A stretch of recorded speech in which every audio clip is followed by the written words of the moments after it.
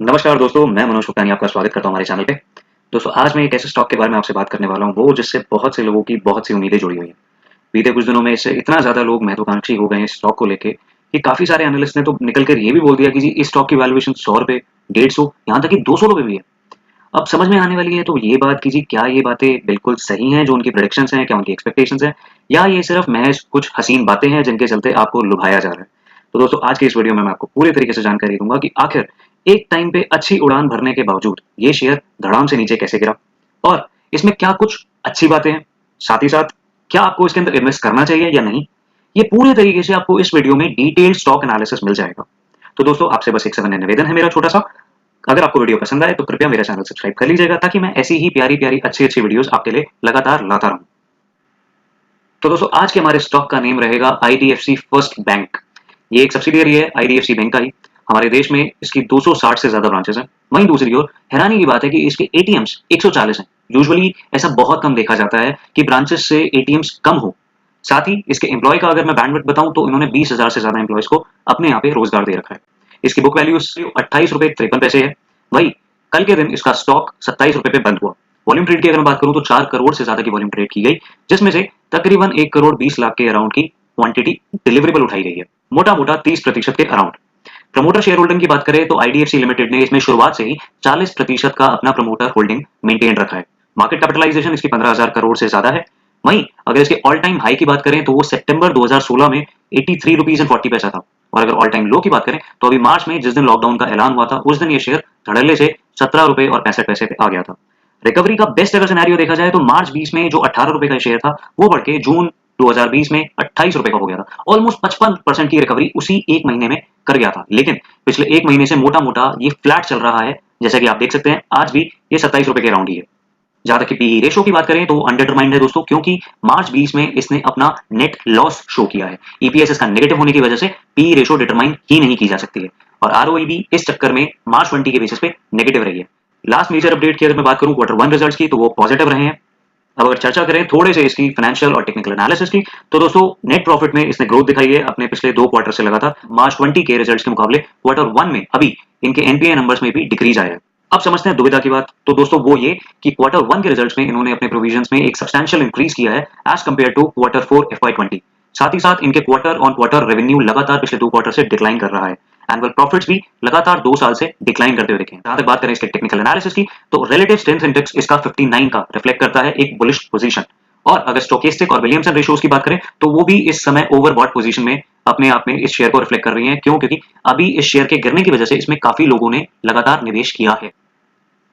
अब दोस्तों ये तो थी वो जानकारी जिसका आपको जानना बेहद जरूरी है, लेकिन अब मैं आपसे कुछ ऐसी बातों को चर्चा करूंगा जिनका आपको जानना बहुत बहुत बहुत जरूरी है ये जानने के लिए कि आपको इसके अंदर निवेश करना चाहिए या नहीं। तो दोस्तों सबसे पहले आप ये चार्ट देख रहे हैं पूरा, ये टेबल मैंने निकाला है एक वेबसाइट पे जाके, जहां से मुझे ये पता लगा कि पिछले 3 से 6 महीने के दरमियान इसके 4.5 करोड़ से ज्यादा शेयर सोल्ड किए गए हैं। लेकिन क्या आप ये बात जानते हैं कि ये शेयर किसने सेल आउट किए हैं? मैं बताता हूं दोस्तों आपको। इसके CEO mister V Vaidyanathan ji ने अपने 4.5 करोड़ के shares March 20 to be precise lockdown होने की स्थिति से जस्ट 4 दिन पहले ये शेयर्स सोल्ड आउट कर दिए गए थे, almost at a value of more than 100 crore rupees. अब जिसके लिए वो ये बात बोलते हैं कन्फर्मेशन के तहत कि उन्होंने ये चीज अपने ईसॉप लोन्स को स्क्वायर ऑफ करने के लिए ये सेल आउट किए थे। बट जो भी रीजंस हैं उनको जो प्रेडिक्टेड था कि जी डाउनफॉल आएगा, मार्केट हिट होगा। अब दोस्तों ये समझना हम सबके लिए कोई मुश्किल नहीं है कि आखिर उन्होंने 20 मार्च को ही आके ये शेयर्स क्यों अपने सारे के सारे सेल आउट किए। बट हाँ, हम तो ये बोलेंगे for the reasons best known to him. और इसने अपना ऑल टाइम लो अगले 4 दिन के अंदर टच करके दिखा दिया 17 रुपए और 65 पैसे। 3 रुपए भी अगर हम मान के चलें कि ऊपर पे बेचा होगा तो 4.5 करोड़ मल्टीप्लाई बाय 3, दोस्तों कैलकुलेशन आप आराम से जानते हैं कितना फर्क आ जाता। एक प्रूडेंट कॉन्सेप्ट के तहत उन्होंने अपनी इन्वेस्टमेंट्स को सही टाइम पे सेल ऑफ करके, जो कि उनके हिसाब से बेस्ट टाइम था, वो निकल गए। अब दोस्तों समझते हैं कि आखिर एक बैंक से जिससे इतनी ज्यादा उम्मीदें इतने सारे लोगों को इतने हद तक थी, वो जिसने ऑल टाइम हाई अपना 83 रुपीस का टच किया, आखिर वो इतनी बुरी तरह नीचे कैसे आ गया, वो भी with in the next 5 years of their operations. तो दोस्तों उसमें सबसे पहली वजह रही एक बड़ा provisioning for telecom and infrastructure sector loans. दोस्तों ये वाला जो बैंक है इसका मेजर बिजनेस इंफ्रास्ट्रक्चर से ही डिपेंडेंट है। तो इनके जो मेजर लोन्स रहते हैं वो इंफ्रास्ट्रक्चर और टेलीकॉम कंपनीज को रहते हैं। और उसमें जो इनका सबसे बड़ा प्रोविजन का एक नंबर निकल कर आया है इतने सालों में, वो वोडाफोन आइडिया का है। जी हाँ दोस्तों, वोडाफोन आइडिया का ऑलमोस्ट 3200 करोड़ से ऊपर का इन्होंने प्रोविजन अपनी बुक्स में रिफ्लेक्ट कर दिया है कि पता नहीं पैसे रिकवर होंगे या नहीं। साथ ही साथ दीवान हाउसिंग, रिलायंस कैपिटल और एक southern India based toll infrastructure company है, जिनकी इन टोटल अगर मैं बात करूं तो इन सबके लिए इन्होंने ऑलमोस्ट 5,000 करोड़ रुपए तक का अपनी बुक्स में प्रोविजन रिफ्लेक्ट कर दिया, जिसकी वजह से मार्च 2019 और मार्च 2020 में इनकी बैलेंस शीट की बहुत बुरी हालत हो गई। स्मॉल एंड मीडियम एंटरप्राइजेस का अगर मैं लोन अगेंस्ट प्रॉपर्टी या अनसिक्योर लेंडिंग का बिजनेस के बारे में बताऊं आपको दोस्तों, तो वो आज की डेट में डिसबर्सल के पॉइंट ऑफ व्यू से महज 12 से 15% रह गया है, वो जो कि एक जमाने में ऑलमोस्ट 100% पीक पे था। तो 100% का वो अब सिर्फ 12 से 15% ही रह गया है। वहीं साथ ही साथ अगर इनका प्री प्रोविजनिंग ऑपरेटिंग प्रॉफिट में बात करूं तो वो काफी ज्यादा लो रहा है पिछले काफी टाइम से। क्यों? क्योंकि ये इंफ्रास्ट्रक्चर बेस्ड बैंक है और जो इंफ्रास्ट्रक्चर के लोन्स रहते हैं उन पे यील्ड बहुत कम होता है और साथ ही साथ उसकी कॉस्ट ऑफ फंडिंग काफी हाई, तो वहां पे भी इनको काफी बुरी तरह से नुकसान झेलने पड़े हैं। अब दोस्तों समझते हैं इनके कुछ एक इनकम स्टेटमेंट से जुड़े हुए तथ्यों को। जून 2019 में जो इनका प्रोविजन, जिसकी वजह से यहाँ पे इनको नेट प्रॉफिट में इतना भारी गिरावट आई, उसकी बहुत बड़ी वजह रही थी एक ये प्रोविजंस। 1280 करोड़ के प्रोविजंस बुक किए गए थे जून 19 के क्वार्टर में। वहीं दूसरी ओर दिसंबर 19 में भी इन्होंने 2300 करोड़ के प्रोविजंस को बुक किया, जिसकी वजह से इनका नेट प्रॉफिट यहाँ पे 1600 करोड़ से भी ज्यादा नेगेटिव हो गया।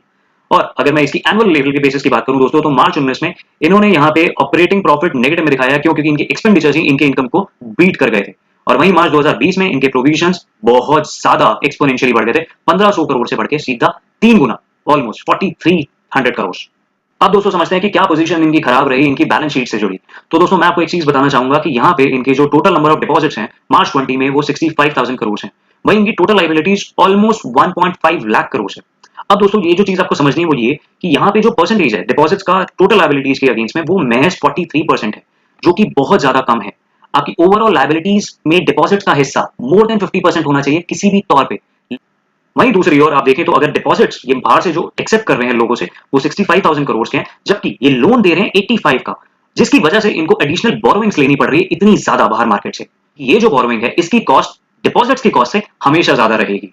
तो दोस्तों यहाँ पे इस बैंक को इस चीज का खामियाजा भुगतना पड़ रहा है, जिसकी वजह से आप देख पा रहे हैं कि इसकी कैपिटल एडिक्वेसी रेशियो लगातार 19 से 18, 18 से 15 और 2020 में महज 13% रह गई है।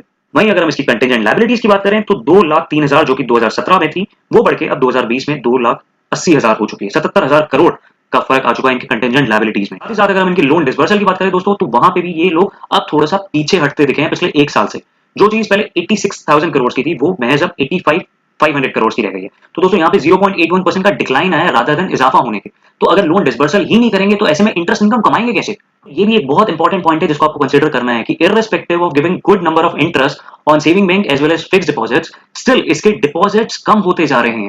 दैट कुड बी बिकॉज कि बहुत सारे लोग आईडीएफसी फर्स्ट बैंक के बारे में नहीं जानते हैं, या फिर दूसरी ओर वो अभी भी इस बैंक को बहुत ही छोटा और बहुत ही ज्यादा रिस्की मानते हैं, जिसके चलते वो अपनी कैपिटल को थोड़े से ज्यादा इंटरेस्ट रेट के चलते सैक्रिफाइस नहीं करने की पोजीशन में है। इसके अलावा अगर मैं बाय सेल के रेशियो की बात करूं तो दोस्तों कल ही मैंने 1 बजे के अराउंड, जब ये शेयर 27 रुपए 40 पैसे का चल रहा था, तब मैंने इस मार्केट डेप्थ के पोजीशन को देखना चाहा, तो इससे पता लगा कि जी ऑलमोस्ट अगर 4 लोग इस बैंक को अभी भी सेल करने की पोजीशन में हैं, तो वहीं उसके अगेंस्ट में ऑलमोस्ट 3 ही लोग इसको बाय कर रहे हैं अभी भी।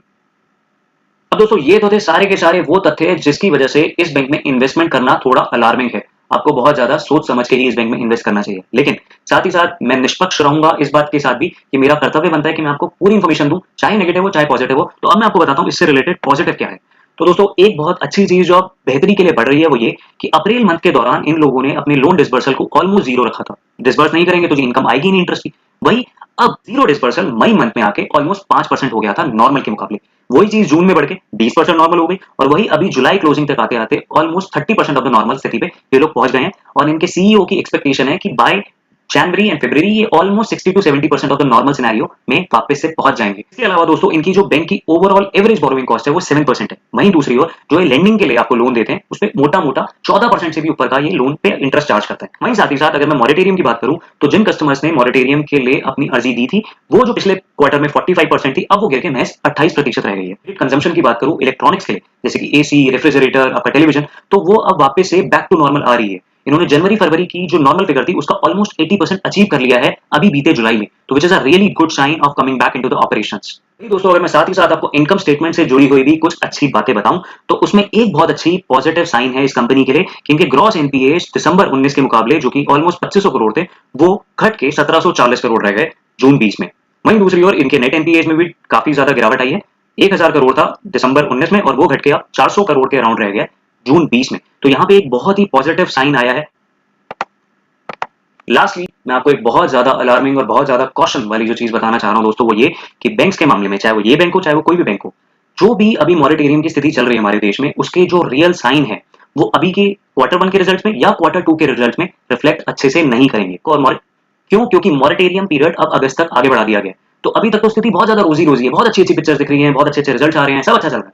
लेकिन इसकी समस्या थोड़ी थोड़ी दिखना शुरू हो जाएगी आपको सितंबर क्वार्टर में, जो कि बढ़ के दिखेगी आपको दिसंबर क्वार्टर में, क्योंकि वहां पे पिक्चर काफी हद तक क्लियर हो जाएगी कि कौन पेमेंट करने की स्थिति में था, कौन नहीं था, और किसके अगेंस्ट में इन लोगों को प्रोविजंस अब बुक करके दिखाने पड़ेंगे। और इसका सबसे ज्यादा डीपेस्ट इंपैक्ट आएगा इसके मार्च रिजल्ट्स में रिफ्लेक्ट करेगा। तो दोस्तों, बैंकिंग सेक्टर से रिलेटेड आपको अगर कोई भी ऑपरेशंस, कोई भी इन्वेस्टमेंट्स करनी है, तो मेरी राय मानिए बेस्ट टाइम है आपका दिसंबर तक। दिसंबर के बाद जो दिसंबर के रिजल्ट्स आएंगे और उसके बाद जो मार्च के रिजल्ट्स आएंगे, वो ज्यादा अच्छे या ज्यादा फेवरेबल रहने की उम्मीद बहुत कम है दोस्तों। तो मेरे सभी प्यारे व्यूअर्स के लिए मेरा कर्तव्य बनता है कि मैं उनको इस चीज से जरूर सूचित कर दूं। बात आती है कि दोस्तों आखिर हम इस पे टारगेट क्या रखें, तो जी टारगेट आप रख सकते हैं एक रियलिस्टिक 20 से 25% का for the next 4 to 6 months. बहुत ही रियलिस्टिक, बहुत ही अचीवेबल टारगेट है। मैं आपको कोई ऐसे हवा में उड़ते हुए टारगेट नहीं देने वाला कि जी ये शेयर 100 पहुंच जाएगा, 150 पहुंच जाएगा, 200 पहुंच जाएगा। And lastly I would and this video with a value tip for the day. दोस्तों, अपनी रेगुलर शेड्यूल में इन्वेस्टमेंट से रिलेटेड हमेशा डाइवर्सिफिकेशन करना सीखें। कभी भी सारी की सारी इन्वेस्टमेंट किसी एक पर्टिकुलर स्टॉक या किसी एक पर्टिकुलर सेक्टर या किसी एक पर्टिकुलर एसेट में कतई ना रखें। हमेशा थोड़ा थोड़ा थोड़ा थोड़ा। फॉर दैट मैटर मैं इस वाले स्टॉक के लिए भी आपको एडवाइस दूंगा कि इसमें अगर आपके पास पैसा बहुत ज्यादा है तो बात और है, लेकिन अगर आप एक सेंसिबल, अच्छे और नए इन्वेस्टर हैं या फॉर दैट मैटर अपनी कैपिटल को प्रिजर्व करने में इंटरेस्टेड है, तो 20,000 से ज्यादा निवेश मत कीजिएगा। उसके अंडर अंडर ही रखिए। बाकी का जो पैसा है वो किसी और अच्छे स्टॉक पे लगाइए। कभी एक में पूरे के पूरे पैसे मत लगाइए, क्योंकि उसमें आप अपने चांसेस ऑफ रिस्क को बहुत ज्यादा बढ़ा देते हैं। दोस्तों, ये थी हमारी वीडियो आईडीएफसी के फर्स्ट बैंक स्टॉक एनालिसिस के बारे में। मैं उम्मीद करता हूँ आपको वीडियो बहुत पसंद आया होगा। चैनल सब्सक्राइब जरूर कर लीजिएगा ताकि हमारा साथ आप लोगों के साथ लगातार बना रहे। कमेंट बॉक्स में अपनी क्वेरीज या अपनी नए स्टॉक के बारे में जो एनालिसिस आप मेरे एंड से चाहते हैं, उन स्टॉक्स के नेम मेंशन करना बिल्कुल मत भूलिएगा। और साथ ही साथ ये वीडियो आपको कैसा लगा वो भी बता दीजिएगा। मिलूंगा मैं आपसे अपनी अगली वीडियो में, तब तक के लिए जय हिंद दोस्तों।